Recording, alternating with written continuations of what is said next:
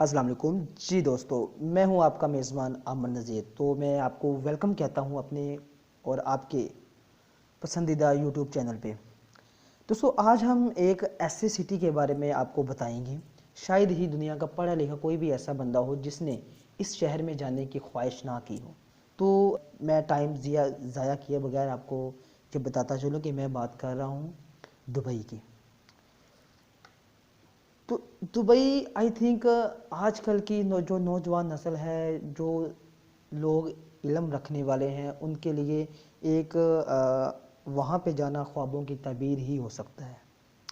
دوستوں کہ اس وقت دبئی ایک گلوبل ہب، دنیا کا تیسرا سب سے زیادہ وزٹ کیے جانے والا شہر، یعنی کہ جہاں پہ لوگ جا کے سیر و تفریح کے لیے جاتے ہوں، دنیا کا تیسرا سب سے بڑا شہر ہے۔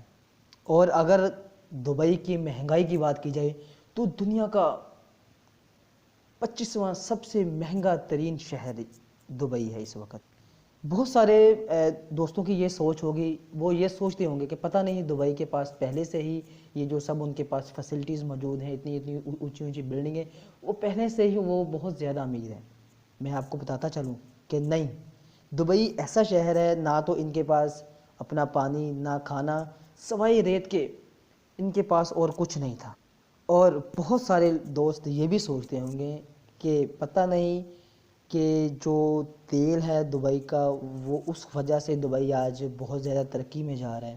تو میں آپ کو بتاتا چلوں کہ دبئی کی ترقی میں اگر اس کے تیل کی کوئی انٹرفیرنس ہے، وہ صرف 1%، 1% دبئی کی تیل کی انویسٹ اس وقت دبئی میں ہے۔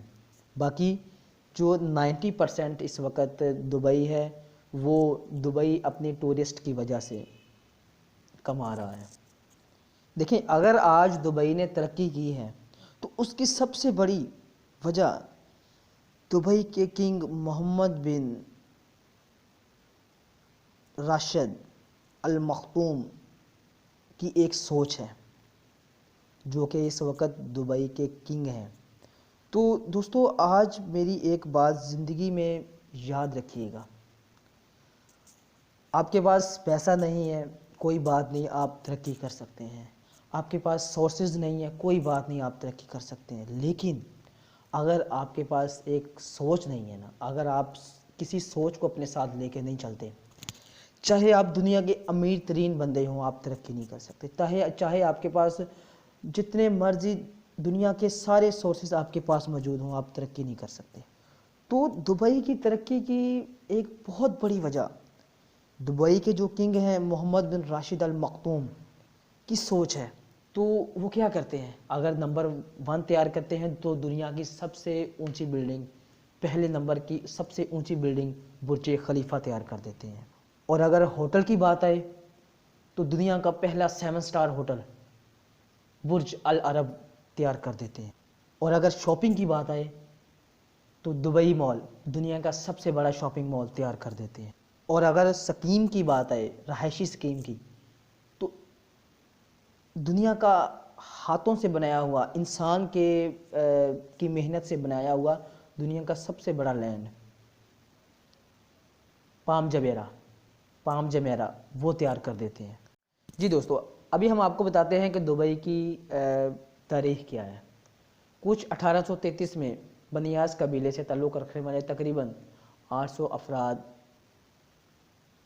مختوم خاندان کی سربراہی میں یہاں پہ آ کے بسے۔ اس ٹائم یہاں پہ انکم کا سورسز سوائے یہاں پہ ایک چھوٹی سی بندرگاہ ہوا کرتی تھی پانی کی، اور کوئی بھی نہیں تھا۔ اور کچھ ہی عرصے میں یہاں پہ تقریباً 300 دکانیں، مارکیٹ، یعنی کہ 300 دکانوں کی مارکیٹ تیار ہو چکی تھی۔ اور اگر دیکھا جائے تو 1930 میں دبئی کی آبادی 20,000 افراد پر مشتمل تھی، جس میں 3/4 لوگ ایسے تھے جو کہ فورن کنٹری سے، یعنی کہ دوسرے ملکوں سے آ کے یہاں پہ بسے ہوئے تھے۔ اور ایک ٹائم وہاں سے آیا کہ جو یہاں کی بندرگاہ ہے، یہ کیچڑ سے جو ہے وہ بھرنا شروع ہو گئی۔ پھر یہاں کے شیخ نے ایک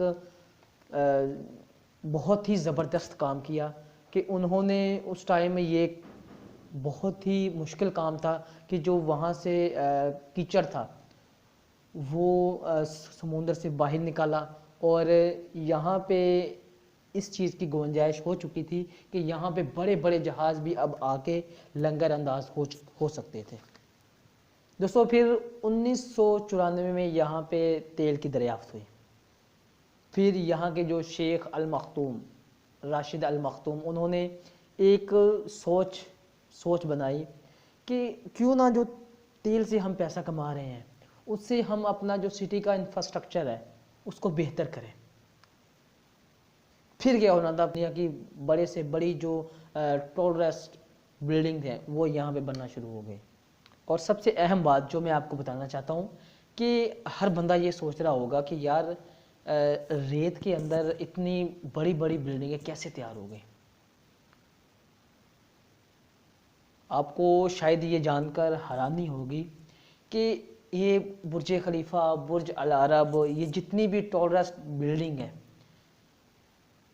یہ ایک دن کا کئی ہزار گیلن پانی استعمال کرتی ہیں، کیونکہ اگر ریت کے اندر پانی نہ ہوگا یعنی کہ ریت ٹھوس نہ ہوگی تو یہ بلڈنگ گر جائے گی۔ اسی لیے زمین سے پانی نکال کر